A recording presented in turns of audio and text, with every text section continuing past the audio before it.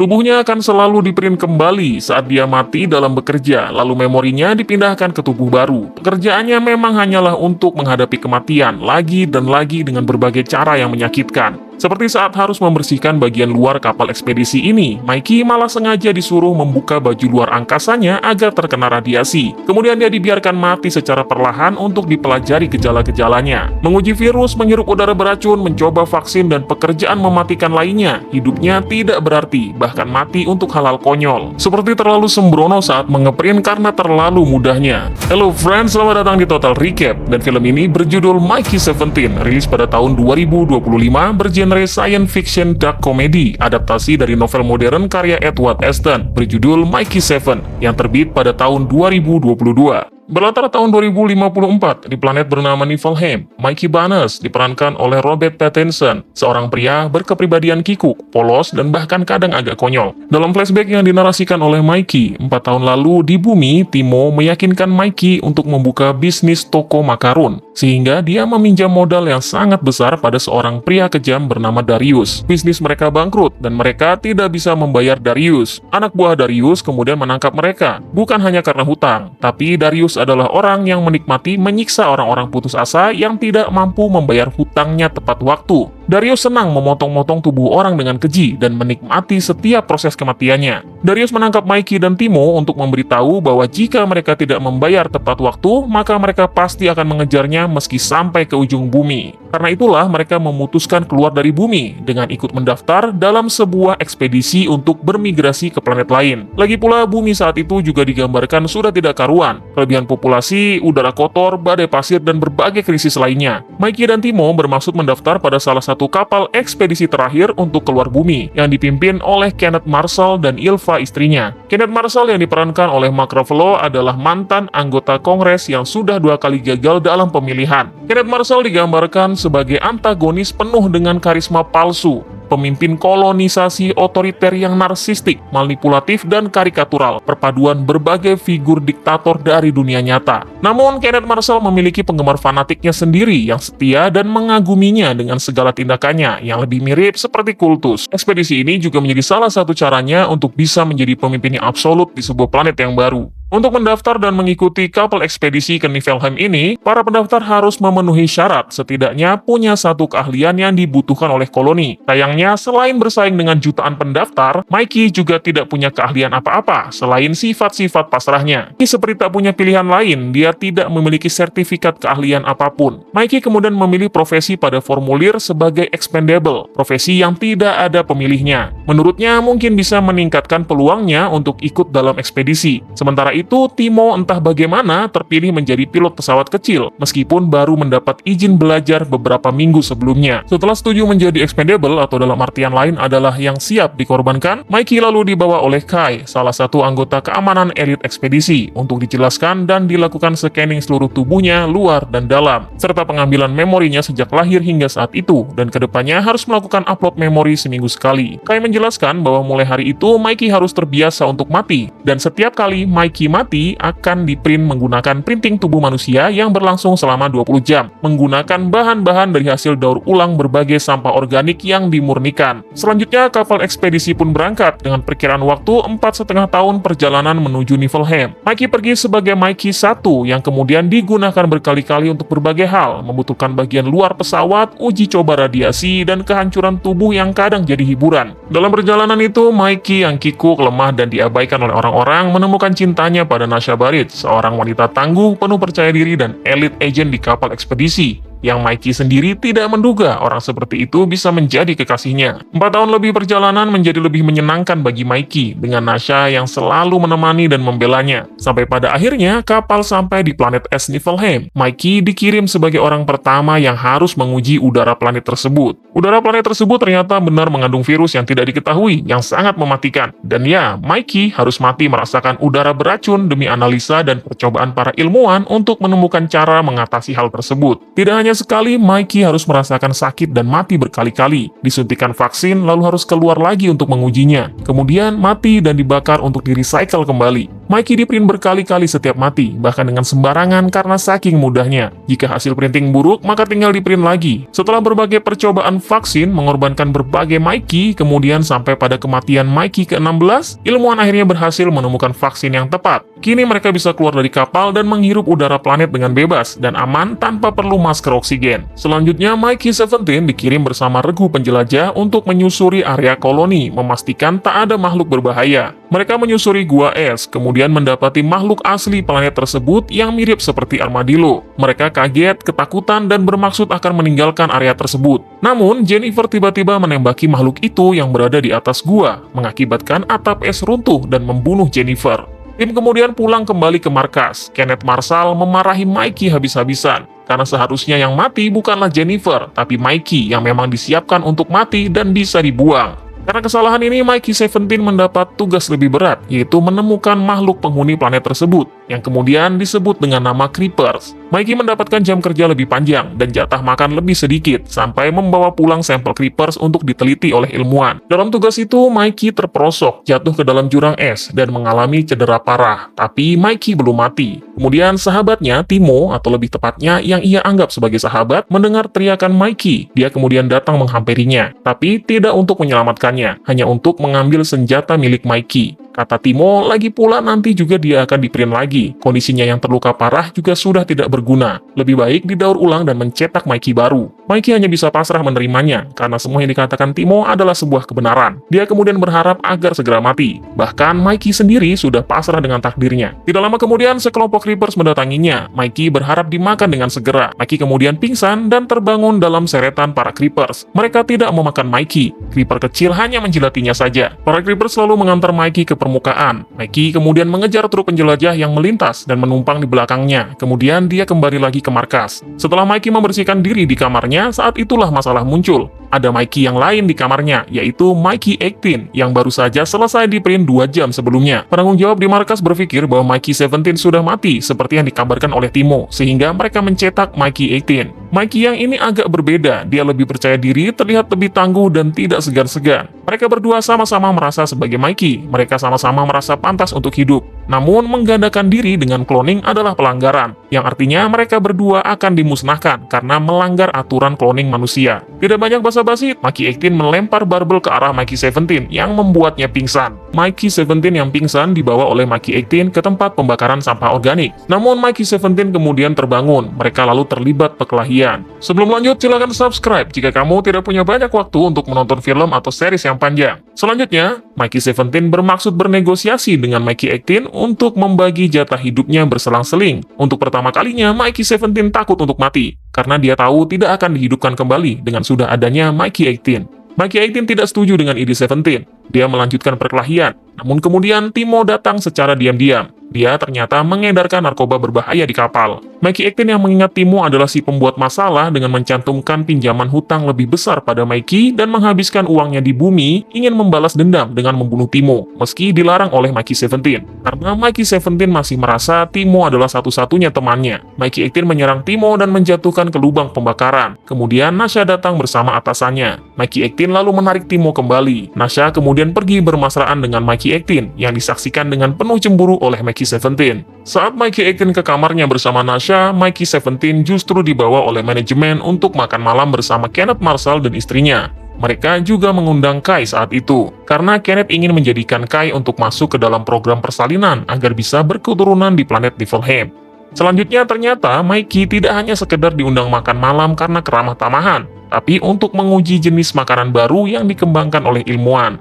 Setelah makan dengan lahap karena selama ini hanya mendapat sedikit jatah makan, Mikey pun mengalami muntah dan terjatuh dari tempatnya. Dia sekarat dan kesakitan. Ilmuwan kemudian memberikan suntikan yang juga masih dalam tahap uji coba. Setelahnya, Mikey justru kembali kesakitan dan tidak terkendali. Marshall lalu mengarahkan pistol pada Mikey, bermaksud membunuhnya dan membuat yang baru lagi. Namun, Mikey menolak untuk dibunuh dengan mengatakan dia baik-baik saja. Kai lalu membantu Mikey berjalan dan membawa ke kamarnya. Mereka kemudian berbincang cukup lama dan Kai mencoba merayu Mikey. Namun Mikey 17 menolak Kai. Dia mengatakan bahwa dia setia pada Nasha. Mikey kemudian kembali ke kamarnya sendiri, menemui Mikey 18 dan juga Nasha. Namun Nasha ternyata tidak kaget, dia sudah tahu lebih dulu karena diberitahu oleh 18. Nasha sebenarnya cukup senang karena bisa memiliki dua Mikey dengan dua karakter berbeda. Nasha juga mengatakan bersedia menyembunyikan mereka berdua serta akan menyelundupkan jatah makanan. Mereka pun kemudian bermesraan bertiga, meski Mikey 17 tidak begitu senang berbagi Nasha dengan dirinya yang lain, tapi bagi 18 itu tidaklah masalah. Namun sayangnya, Kai yang mengikuti Mikey memergoki mereka semua. Tapi Kai justru bernegosiasi dengan Nasha. Dia meminta supaya Mikey 17 menjadi miliknya, dan 18 menjadi milik Nasha, yang tentu saja ditolak oleh Nasha. Baginya, semua Mikey adalah miliknya. Sementara itu di ruangan, Mikey 17 menceritakan tentang kejadian makan malam bersama Kenneth Marshall yang menjadikannya uji coba. Mikey 18 menjadi marah karena Mikey 17 tidak melawan. Dia memarahi Mikey 17 habis-habisan karena kesal. Mikey 18 kemudian ingin membalas Kenneth Marshall dengan membunuhnya. Mikey 18 lalu mengambil pistol milik Nasha dan menuju aula tempat Kenneth sedang mengadakan acara, yaitu membelah batu besar yang mereka temukan di planet untuk membuat prasasti. Mikey 18 kemudian muncul di antara kerumunan dan mengarahkan pistolnya, namun kemudian seekor baby creepers keluar dari belahan batu, membuat kacau seluruh ruangan karena mereka belum tahu makhluk seperti apa yang mereka hadapi. Kenneth lalu memerintahkan semua orang untuk menangkap baby creepers. Di tengah kekacauan, Mikey 18 kembali berusaha menembak Kenneth dan dihalangi oleh Nasha dan Mikey 17. Kenneth menyadari bahwa ada dua Mikey. Bersamaan dengan itu, satu lagi baby creepers keluar dari batu. Creepers kedua itu pun ditembaki sampai mati, dan Nasha serta dua Mikey dikurung di penjara. Di penjara, Mikey 17 menceritakan pada Nasha dan juga 18 bahwa creepers tidak seberbahaya yang diduga oleh Kenneth Marshall. Creeper menyelamatkan Mikey dan tidak tertarik memakan manusia. Selanjutnya, Timo mendatangi penjara tempat mereka, bukan untuk menyelamatkannya, tapi membalas Mikey yang pernah mendorongnya ke pembakaran. Dan juga Timo ingin memotong-motong tubuh Mikey sambil memvideokannya, lalu mengirim video tersebut ke Darius Blank, orang yang meminjami mereka uang, yang ternyata anak buahnya masih mengikuti mereka sampai ke planet tersebut, dan mengatakan jika Timo mau membuat video memotong-motong Mikey, maka hutangnya akan dianggap lunas. Bahkan dia sudah memberikan instruksi bagian-bagian yang harus dipotong. Timo kemudian mengeluarkan Mikey 17 dari selnya, lalu menyetrumnya. Namun kemudian Mikey 18 menawarkan Timo untuk memotong dirinya saja, lagi pula dirinya lebih menyebalkan dibanding Mikey 17. Mikey 18 kemudian berhasil menarik Timo dan Nasha lalu mengambil senjatanya kemudian menyetrum Timo. Saat Nasha akan menggergaji Timo, Mikey 17 melarangnya. Bersamaan dengan itu, atasan keamanan Nasha juga datang. Nasha lalu melaporkan tindakan Timo mulai dari rencana pembunuhan dan juga pengedaran jet ilegal. Kemudian Nasha dan dua Mikey dibawa untuk menghadap Kenneth Marshall di ruang pembakaran. Dalam perjalanan mereka melihat dari jendela ribuan creeper telah berkumpul mengelilingi kapal. Menurut komandan keamanan, itu terjadi saat baby creeper yang mereka tangkap mulai menangis. Para ilmuwan juga membawa baby creeper tersebut kepada Marshall dan Ilva istrinya. Ilva yang terobsesi membuat racikan saus, memotong ekor dari baby creepers, lalu memblendernya menjadi saus. Marshall dan istrinya benar-benar bermain-main dengan hal yang harusnya mereka pelajari terlebih dahulu. Bahkan mereka tidak peduli dengan kawanan creeper di luar pesawat. Marshall hanya ingin segera menghabisi mereka semua. Lalu untuk Mikey 17 dan 18, Kenneth menghapus drive memori milik Mikey dan memastikan jika mereka berdua mati maka tidak akan dicetak ulang lagi. Nasha mencoba membela mereka, tapi Marshall tidak mau mendengar. Marshall melanjutkan bahwa mereka akan segera berperang dengan para creepers, yang lagi-lagi ditentang oleh Nasha, yang mengatakan bahwa creeper tidak jahat, dengan bukti telah membawa Mikey 17 kembali. Mungkin mereka tidak menginginkan perang, atau bahkan mereka tidak ingin menyerang. Marshall tidak mempedulikan pendapat Nasha, malah mencemoohnya dan menganggap creeper hanya makhluk bodoh. Namun Dorothy dari tim ilmuwan membenarkan perkataan Nasha. Dia mengatakan bahwa setelah menganalisa, creeper ternyata adalah makhluk yang cerdas dan bisa diajak berkomunikasi. Dorothy yakin bisa menemukan caranya setelah mempelajari gelombang suara yang dikeluarkan oleh para creeper. Tapi lagi-lagi hanya ditanggapi dengan konyol dan malah menghina baby creeper sebagai alien yang bodoh. Nasha yang sepertinya sudah menahan amarahnya cukup lama kemudian mengatakan betapa idiotnya Marshall dengan segala omong kosongnya. Nasha mengatakan bahwa manusialah yang alien dan creeper hanya menjalani hidupnya di planetnya sendiri, dan sekali lagi mengatakan Marshall sangat bodoh, pantas saja tidak pernah menang dalam pemilihan. Saking menggebu-gebunya bahkan membuat Mikey 17 merinding. Hal itu membuat Marshall sangat marah. Dia kemudian menggantung baby creepers di atas pembakaran, lalu menyuruh Nasha menggigit ujung talinya. Kemudian Marshall melanjutkan rencananya, yaitu untuk menghabisi para creeper dengan gas syaraf Arkady 3.0 yang akan bisa membunuh seluruh creeper. Lalu penasihat medianya mengatakan bahwa Marshall harus turun ke lapangan, dan kameramen akan mengambil gambarnya untuk mengabadikan sejarah sebagai pemimpin perlawanan. supaya membuat orang-orang di bumi memujanya. Tentu saja itu membuat Marshall tertarik. Dipuja masyarakat bumi adalah impiannya sejak dulu. Ilva istrinya kemudian mempunyai rencana tambahan, yaitu untuk mengirim dua Mikey ke lapangan dan memasangi peledak pada tubuh mereka. Kemudian diberikan tugas untuk mengumpulkan ekor para creeper sebanyak mungkin yang akan ia jadikan bahan untuk resep sausnya. Siapa yang mendapat 100 ekor terlebih dahulu maka akan selamat dari eksekusi. Saat mereka akan meninggalkan kapal, Dorothy memberikan sebuah alat uji coba untuk menerjemahkan bahasa creeper dan juga sebaliknya. Setelah itu, sambil membawa penerjemah, Mikey 17 kemudian pergi ke tengah kerumunan, mencoba berkomunikasi dan meminta para creeper untuk kembali ke guanya, karena mereka semua bisa dibunuh oleh gas air caddy. Mama Creeper kemudian menanyakan kepada Mikey kenapa manusia membunuh Luko, yaitu salah satu baby Creeper yang keluar dari batu. Itulah alasan kenapa mereka mengepung kapal, yaitu untuk meminta Juko, yaitu baby Creeper yang lain agar dikembalikan. Dan jika baby Juko yang mereka tangkap juga mati, maka para Creeper akan memusnahkan mereka semua dengan suara yang memekakan telinga, yang menurut Creeper bisa meledakkan bola mata dan melumat otak manusia. Mikey 17 kemudian berlari ke arah kamera, memberi isyarat dengan kode yang hanya diketahui oleh Nasha, yaitu untuk membawa baby Creeper. Nasha menyadari kode dari Mikey, sedangkan Marshall dan Ilva yang melihat layar monitor tidak menangkap urgensinya. Mereka justru mengomentari kenapa dua Mikey justru mengobrol dengan para Creepers dan tidak mengumpulkan ekornya. Kemudian menduga mereka sedang melakukan negosiasi pada pemimpin Creeper yang seharusnya dilakukan oleh Marshall sebagai pemimpin umat manusia. Penasihat medianya lagi-lagi menyarankan agar Marshall segera ke lapangan sebelum momen sejarah diambil oleh dua Mikey. Marshall kemudian memutuskan untuk bertemu langsung dengan Mama Creeper yang tentu ditemani tim dan kru kamera yang akan membuat video sejarah propaganda. Sementara Mikey berjanji pada Mama Creeper akan membawa baby Juko kepadanya. Namun menurut Mama Creeper itu saja tidak cukup, karena baby Luko telah mati, maka salah seorang manusia juga harus mati agar menjadi adil. Kembali ke kapal, Nasha kemudian melompat dan mengunci leher Ilva dengan kakinya. Sekali gerakan dipastikan Nasha yang berpengalaman bisa membunuh Ilva. Kepala keamanan kemudian meminta Nasha melepaskan Ilva dan menuruti permintaan Nasha, yaitu membawa baby Creeper dan memberikan pada Mama Creeper. Ilva yang telah lepas dari cengkraman tiba-tiba mengiris tangan kepala keamanan yang membuatnya melepaskan tali pengikat baby Creeper. Namun dengan sigap Nasha bisa menangkapnya. Kepala keamanan kemudian menangkap Ilva karena penyalahgunaan wewenang dan tindakan kekerasan yang tidak perlu. Selanjutnya, Marshall dan bawahannya menerobos kerumunan Creeper dengan tank, berharap mencetak sejarah, sambil menembaki para Creeper dengan senjata setelah melakukan pengambilan gambar terlebih dahulu. Namun Creeper lebih cerdik, mereka menumpuk satu sama lain membuat gundukan yang berputar-putar untuk membingungkan musuhnya. Saat Marshall sedang dibuat bingung oleh aksi para Creeper, Nasha berlari ke tengah memberikan bayinya pada Mikey. Sampai di sini kesepakatan pertama dengan Mama Creeper telah dilakukan. Namun harus ada manusia yang mati untuk membalas kematian baby Luko. Di tengah kekacauan, Mikey 18 memandang Mikey 17 dan mengucapkan perpisahan. Mikey 18 dengan parang di tangannya berlari ke arah tank Marshall. Saat mendapatkan Marshall, Mikey 18 berteriak ke arah Mama Creeper bahwa tindakannya akan membayar kematian baby Luko. Mikey 18 kemudian meledakkan bom yang ada di tubuhnya bersama Marshall dalam pelukannya.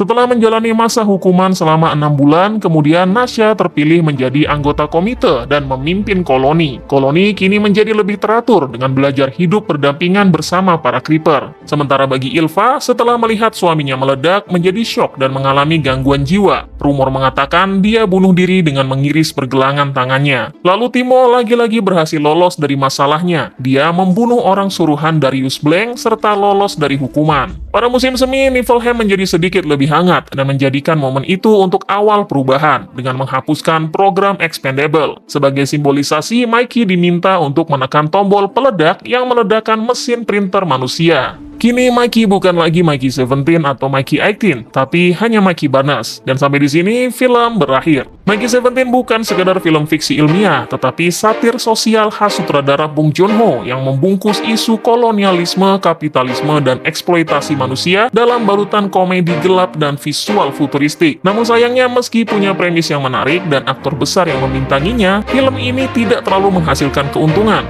Dengan biaya produksi dan marketing sebesar 198 juta US dollar, dan menurut media online pendapatan global film ini hanyalah 143 juta US dollar, jauh di bawah target Impas yaitu 240 sampai 300 juta US dollar, sehingga diperkirakan film ini mengalami kerugian, meski masih mungkin bisa balik modal jika ditayangkan ke beberapa OTT. Namun meski demikian, film ini berhasil meraih kesuksesan di Korea Selatan, menjadi salah satu film terlaris Bong Joon-ho setelah Parasite dan The Host. Oke, sampai di situ saja. Terima kasih sudah menonton. Subscribe jika kamu tidak punya banyak waktu menonton film maupun series. Dan bye-bye.